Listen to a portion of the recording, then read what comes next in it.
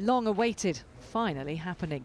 The vaccine that the UK has reserved 100 million doses of, injected first into 82-year-old Brian Pinker.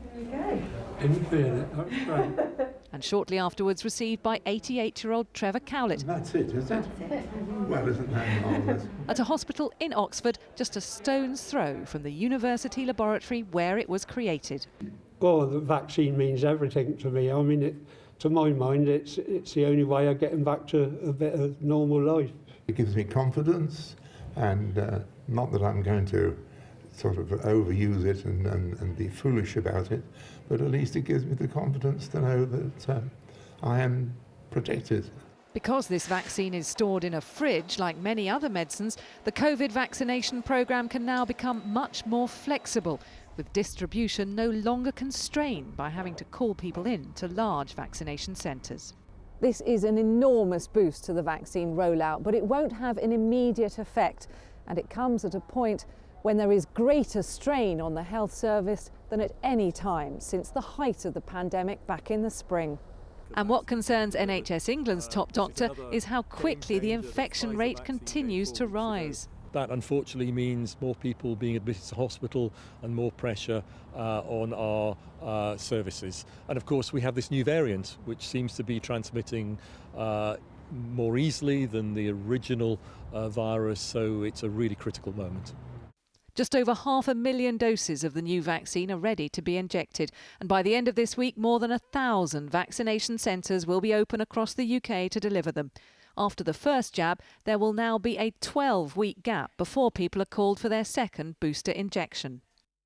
Medical regulators agreed that approach last week in order to accelerate the vaccination programme. And the doctor who ran the Oxford vaccine trial and got his jab today says his data backs that decision. If you use the first dose and you give that to lots of people, then we're going to have much earlier protection in the population than if we, in terms of deployment, are being tripped up by giving the second doses. So there's a huge advantage by having this longer gap. In just 4 weeks, 1 million people have already been vaccinated. And today marks the start of an even greater effort. Without question, the impact this vaccine will have on the epidemic can't come soon enough. Catherine joins me now, and of course with rising cases, it really is a race to get the vaccines out as quickly as possible.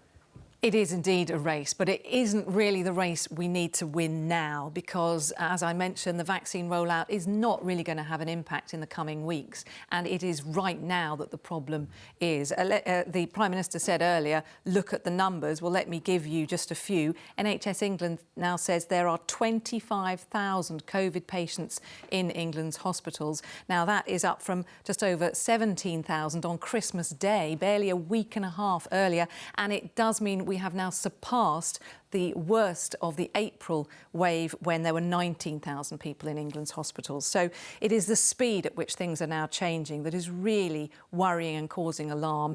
It's clearly behind Nicola Sturgeon's decision that we've heard about and presumably will prompt what we hear from the Prime Minister tonight at 8. OK, Catherine Jones, thank you.